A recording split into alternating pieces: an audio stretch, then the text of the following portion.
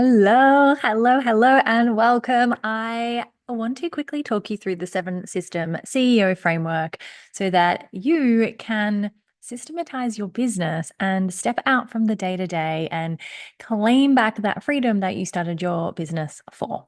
So, I have this CEO framework guide here that you can see on my screen, and I am going to quickly walk you through this. Now, it will be attached so you can read through all of that if you would like. The first system is marketing. Marketing is the external part and the way that we communicate in our business. And it is the part that draws people to you. It is our job to put the fishing lines in the water. Now, what we need in the marketing system is to identify the ultimate solution that creates a transformation in the businesses that we serve. Now, once we have that, that is our offer. And that is what we talk about. I want you, if you're getting started, to have one main offer, one main offer. Now, once you have that offer, we need to figure out how it is that we are going to get in front of new people. What is that way that we're going to get visible? Now, this might be getting on podcasts, it might be ads, it might be doing social media, it might be engaging with people and outreach. There are so many different ways that you can do that. If you would like my six-figure freelancer guide that has a bunch of examples in there, then hop on over to the website, you'll be able to grab that. But we really need to identify one way to get visible. Then we need one way to nurture the people that are in our world. So, how is it that we are going to communicate with them? Is it email? Is it having a podcast? Is it communicating in DMs? Is it social media? How are we going to communicate with the people already in our world? Now, often a lot of people get stuck here and they just do this piece. They just create content to the audience that they already have, and that doesn't grow the audience. So we need both. We need the visibility and the content. Then we have to go to sales. So that is the third component, right? Getting visible, nurturing them and building relationship, and then making the sales.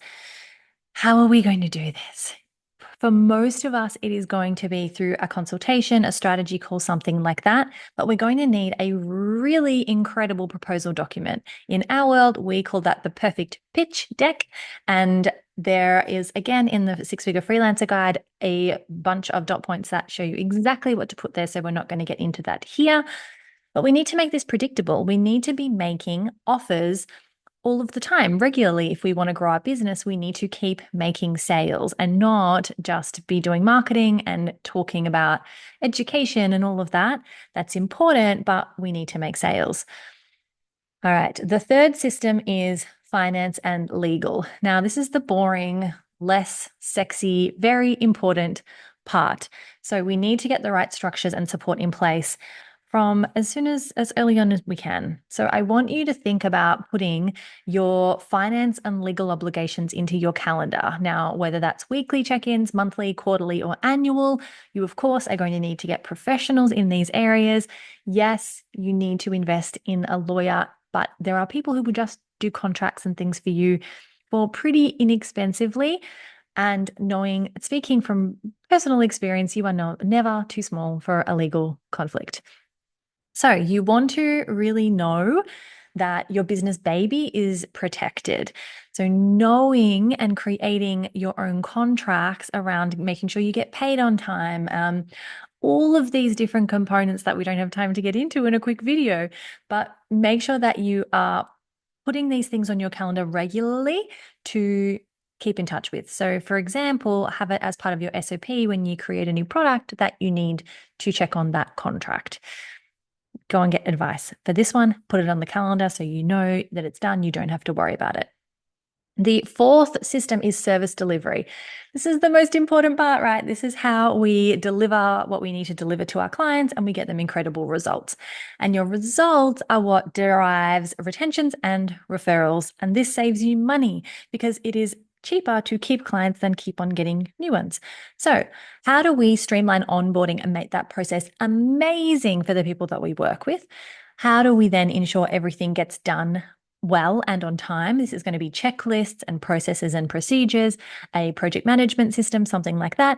And how do you ensure referrals? What does that look like? Again, building it into the SOP. Do you ask every month? Do you ask at the end of a project?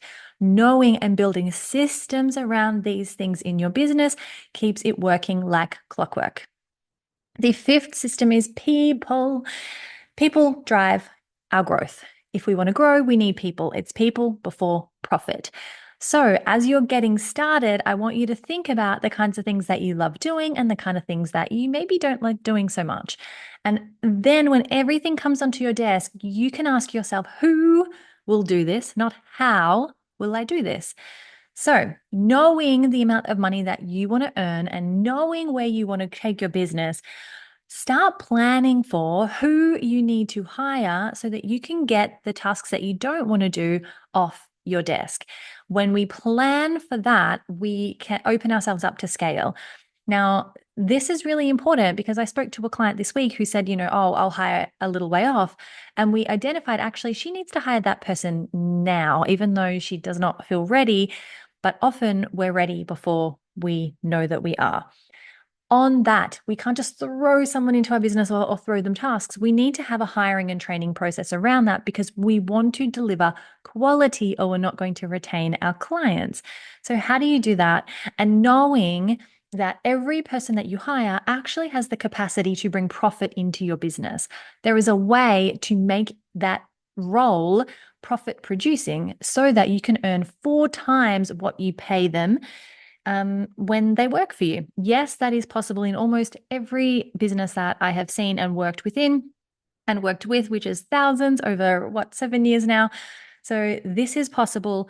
Having a system around how you're going to hire your people, train your people, support your people so that they can support your clients and you can not have to be in every single interaction that happens in your business, because then you are your business and you never get a break.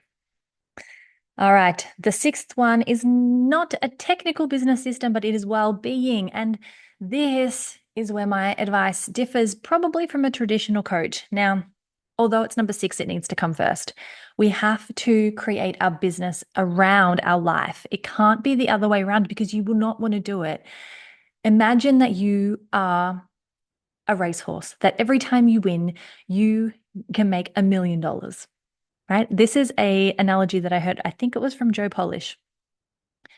If you win $1 million every time you run a race, then you need to really look after yourself, right? We can't just work till 2 o'clock in the morning and live off chocolate and coffee and wine and whatever it is. None of those things are bad, of course, in moderation. But if we're living off those things, not the best idea. We have to look after ourselves in order to look after and support and be the base for our businesses. So how are you going to do that? We need a system. For me, that's around having a great bedtime. That's around mindset work. That's around going to the gym most days. What is that going to be for you? And how are you going to have fun? Because we need to have fun in our business. Or what is the point? Number 7 is impact. And that for me is where the magic happens. I believe that our businesses can be a vehicle for making a difference. And that's really, really important for me. Now, I'm not just talking about the function of your business, though maybe that is the part that for you is the impactful part. For me, that means also giving profit to causes that I care about. It means doing pro bono work for charities and other companies that I care about. So having an impact-driven business in lots of different ways gives me the why to keep going and keep growing, rather than having it just as a money income goal, because for me, I'm not personally motivated by more and more and more money. So what are you going to do with your profit and how are you going to use your business to make a positive impact in the world? What do you want your legacy to be? That is the 7 systems that I believe that we should have in our business. So if you would like to get this document, then just ask me for that. And if you would like support in any of these areas, then book a free 15-minute strategy call with me and we can create an action plan to get you to where you want to be in the next 90 days, or on the pathway to where you want to be in the next 90 days. I'm not going to promise because I don't know what you want. All right, that is it for me. Thank you so much for listening, watching, and I will see you in the next training.